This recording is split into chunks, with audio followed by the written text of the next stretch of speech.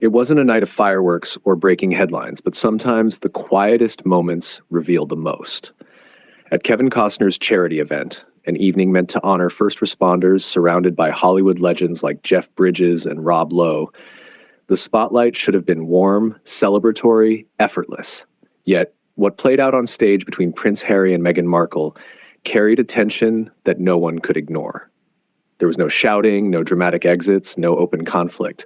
Instead, the unease lived in the pauses, in the gestures, in the silence that stretched too long. Harry was handed the microphone by an organizer, a clear cue that he, not Meghan, was the focus. But Meghan reached for it once, then again. Her smile was gracious, but her body language told another story, an insistence on claiming a role that hadn't been offered. Harry, for once, didn't give way. Instead of yielding as he often had in the past, he pulled the mic back, laughed lightly to soften the moment, and pressed forward with his speech. That tiny tug of war, captured by cameras and watched by hundreds of guests, said more about their marriage than any interview or memoir ever could. In those few seconds, the audience saw not a united couple, but a power struggle in miniature. The crowd noticed. The cameras noticed.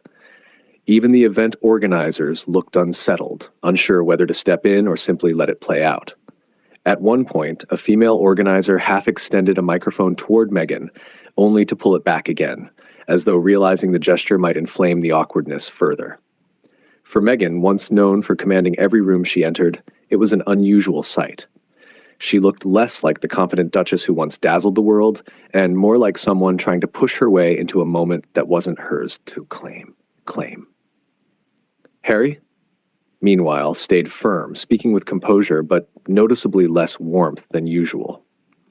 The image of unity they had cultivated for years, walking out of the palace hand in hand, insisting they were building a new life together, suddenly cracked. Meghan's laughter seemed too rehearsed, her smile too sharp. Harry's shoulders were stiff, his body language defensive. They didn't look like partners working in sync, but like two individuals battling for control of the same stage. It wasn't helped by the fact that Meghan wasn't scheduled to speak that evening. Her presence at the microphone felt less like participation and more like interruption. Her outfit appeared wrinkled, her movements toward the mic a little too quick, her grin a little too forced. To many in the audience, it looked less like natural confidence and more like desperation to reclaim attention.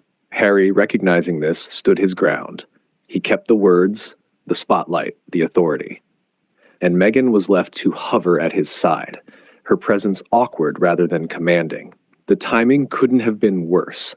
Just days earlier, The Hollywood Reporter had published a scathing piece painting Meghan as, in their words, a dictator in high heels, backed by a dozen anonymous insiders. Her absence from other high-profile gatherings like WME's Emmy Party had already fueled whispers that her Hollywood influence was slipping. Against that backdrop, her eagerness at the Costner event looked less like ambition and more like overcompensation. Harry's story, meanwhile, carried its own contradictions. While Meghan fought for space in California's celebrity circles, Harry was quietly reminded of ties he couldn't escape.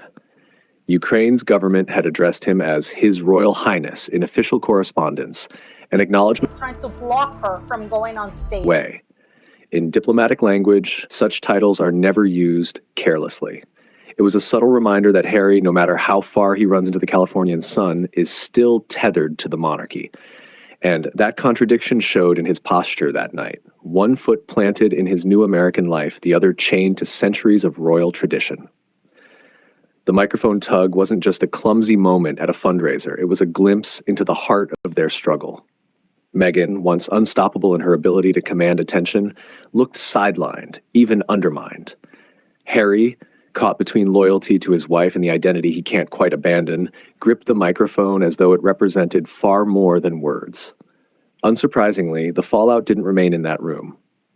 The clip spread online almost instantly, replayed and dissected frame by frame. Commentators studied Harry's grip on the mic, Meghan's persistence, and the strained body language between them. Some saw proof of a shifting marriage dynamic. Others claimed it revealed Meghan's fading ability to hold the spotlight. What spoke loudest, however, was the silence. The event organizers issued no statement. No spin was offered. In Hollywood, where publicists usually scramble to smooth over controversy within hours, that silence was striking.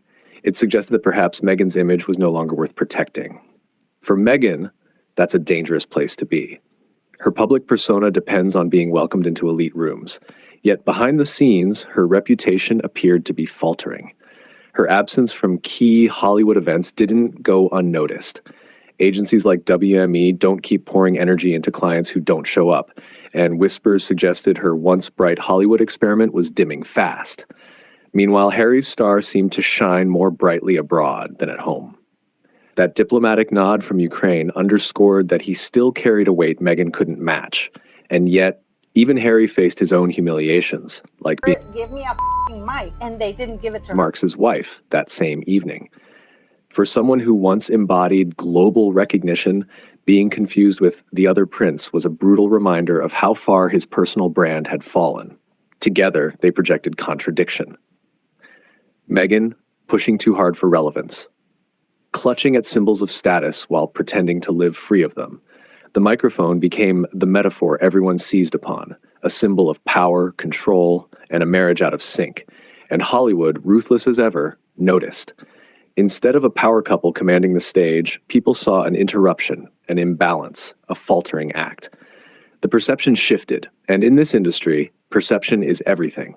The Hollywood Reporter's biting article only sharpened the narrative.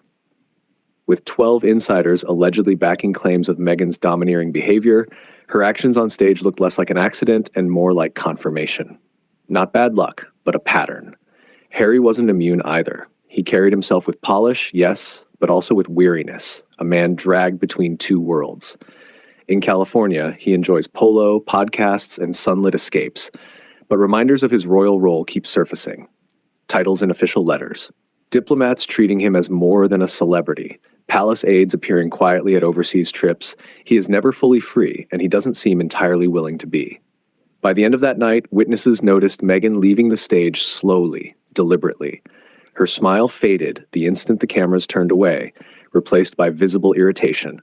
Offstage, people whispered, "This wasn't performance, this was real."